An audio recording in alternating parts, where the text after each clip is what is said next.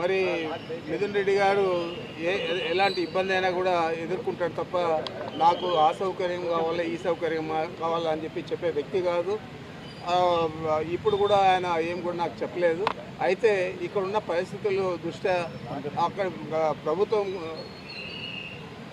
న్యాయపరంగా కల్పించిన సౌకర్యాలను కూడా అందజేసే పరిస్థితుల్లో లేదంటే ఈ ప్రభుత్వం ఏ విధంగా పనిచేస్తూ ఉందో, ఎంత ఖర్చుపూరితంగా వ్యవహారం చేస్తూ ఉందో అది మీ దృష్టికి తెస్తూ ఉన్నాను.